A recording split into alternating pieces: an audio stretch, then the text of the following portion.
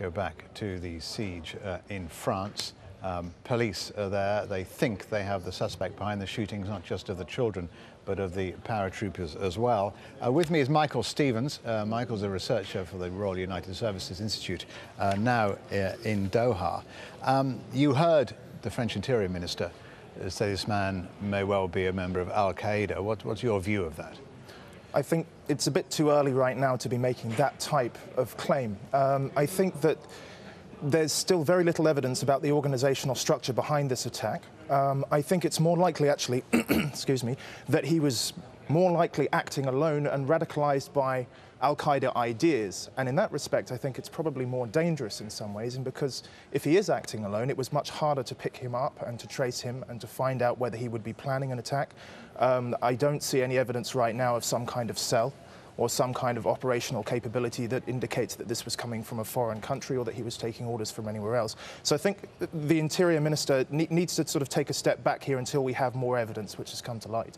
And if he was a man who got his radicalism off the net, there are similarities then with Britain.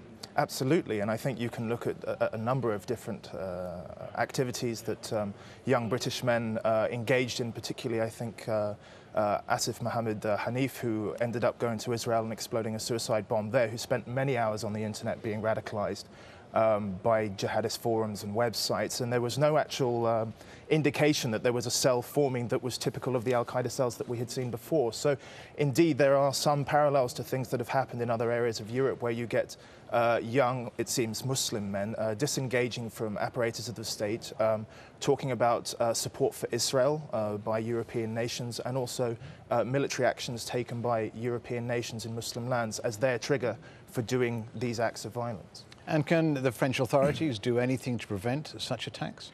I think it's very difficult if this is a lone wolf, unless we were to have some kind of radical restructuring of monitoring capability of the internet, telephone systems, etc., that would probably repeal some of the very safeguards that we have for the liberal societies that we live in. Now, of course, there is always vigilance, increased monitoring within the communities itself. I mean, these programs have been engaged in for a number of years, both in the United States and in Europe, for sort of picking up some of these signs of radicalism, reporting them to police, and then acting upon them. But I think right now, I mean, with the lone wolf scenario, there really aren't that many ways of stopping someone who radicalizes within themselves and doesn't tell anybody about it, and then acts alone. There were shots fired today. Several, I think 3 police officers were wounded trying to storm the house. He's holed up in there now. Why can't they just go in and get him? Well, I think, first of all, for these types of operations, you need to have a clear idea where you're going to go in, how you're going to go in, the type of force that you're going to use, what you expect on the other side. We're still not clear if there are other people in the house. We think that it's just one person. We don't know how many weapons he has. And at the end of the day, the primary goal for this type of operation is to ensure the safety of your police officers, the safety of the civilians around. And so they need to take some time to think about how they're going to enter this house in force and also prevent loss of life. All right, Michael Stevens, thank you very much for joining us. US President Obama is to visit the demilitarized zone between North and South Korea on Monday. The area is known as DMZ. Obama is due to arrive in Seoul to take part in a summit on nuclear security. Pyongyang's recent announcement that it would launch a rocket next month has caused unease in the region. It's also threatened a deal with the US in which North Korea would receive food aid in return for stopping its nuclear program.